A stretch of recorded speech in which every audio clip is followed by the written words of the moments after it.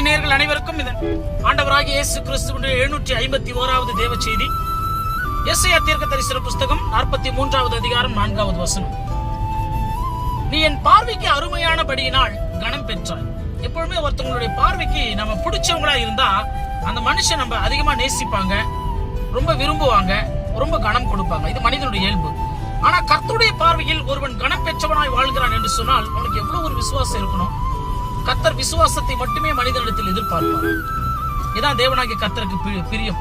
விசுவாசம் இல்லாமல் தேவனுக்கு பிரியமா இருப்பது கூடாத காரியம். அப்ப விசுவாசம் என்பது நம்பப்படுகிறவர்களின் உறுதியும் காணப்படாதவைகளின் நிச்சயம். நம்பணும், ஆனா காணாத ஒன்றை நம்பணும். எவ்வளவு ஒரு கடினமானது. அதுதான் விசுவாசம். அப்ப தேவனாகிய கர்த்தருடைய விசுவாசம் 3 வகைகளில் பிரிக்கப்படுகிறது. ஒன்று, இந்த பூமியிலே கர்த்தர் எதிர்பார்க்கிற ஒரு விசுவாசம். உன் நிலைமை பாத்தீங்கன்னா கர்த்தர் சொன்ன வாக்கு தத்தத்துக்கும் உனக்கும் சம்பந்தமே இருக்காது. ஆனா நீ நம்பணும் தேவனாகிய கர்த்தரை. ஆபிரகாம் 100 வயதுல பிள்ளை கொடுப்பேன் என்று சொல்றார். 100 வயதுல சரீரம் செத்து போனவன். ஆனால் வசனம் சொல்லுகிறது, ஆபிரகாம் விசுவாசத்தில் பலவீனமா இருக்கவில்லை. அவன் தான் பலவீனன், அவன் தான் ரொம்ப வயசானவன்.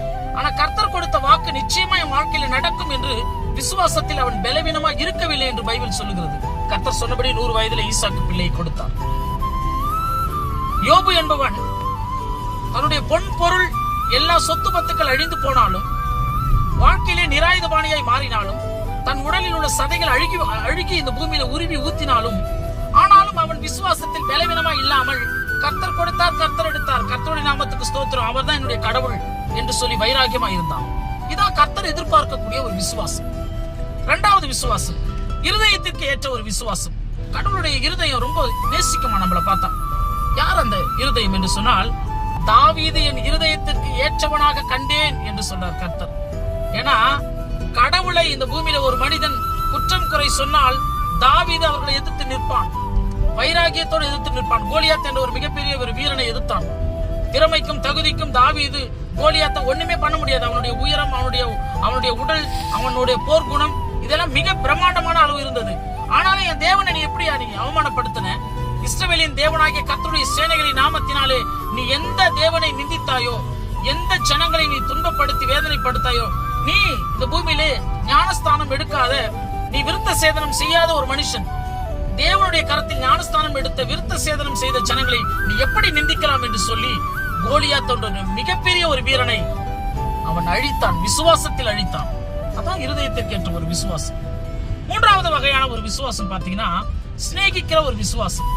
ஃப்ரெண்டுகளுக்குள்ளதான் சிநேகிக்க முடியும். கடவுளோடு யாராவது ஒரு சிநேகிதனா இருக்க முடியுமா? இந்த பூமியிலே மோசே என்ற ஒரு ஊழியக்காரன் இருந்தான். எப்படி வாழ்ந்திருந்தா, எப்படி அவருடைய வீட்டில் உண்மை உள்ளவனா இருந்தா அந்த ஒரு சிநேகிதன் வச்சிருப்பாரு பாருங்க ஆண்டவர். நீ ஒரு சிநேகிதனோடு பேசுவதை போல மோசே தேவனாகிய கர்த்தருடைய முகமுகமாய் பேசினான் என்று வசனம் சொல்கிறது. ஆகவே கர்த்தருடைய ஜனங்களே, தேவனுடைய பார்வைக்கு நாம் கனம் பெற்றவர்களாய் வாழ வேண்டும் என்று சொன்னால் கர்த்தரை எதிர்பார்த்த விசுவாசம் ஆபிரகாமும் யோபுவும் வைத்தார்கள். கர்த்தர் இருதயத்திற்கு ஏற்ற ஒரு விசுவாசம் தாவீது வைத்தார். கர்த்தர் இந்த பூமியிலே சிநேகிக்கக்கூடிய விசுவாசம் இந்த பூமியிலே மோசே வைத்தான். அதே போல நாமும் தேவனிடத்தில் அப்பேற்பட்ட விசுவாசம் வைத்தால் தேவனுடைய பார்வையில் கனம் பெற்றவர்களாய் வாழ்வோம். கர்த்தர் அனைவரையும் ஆசீர்வதிப்பாராக. அடுத்த தேவ செய்திகளோடு நான் உங்கள் மெய்யான இயேசு சபையின் சகரியா சதீஷ்குமார்.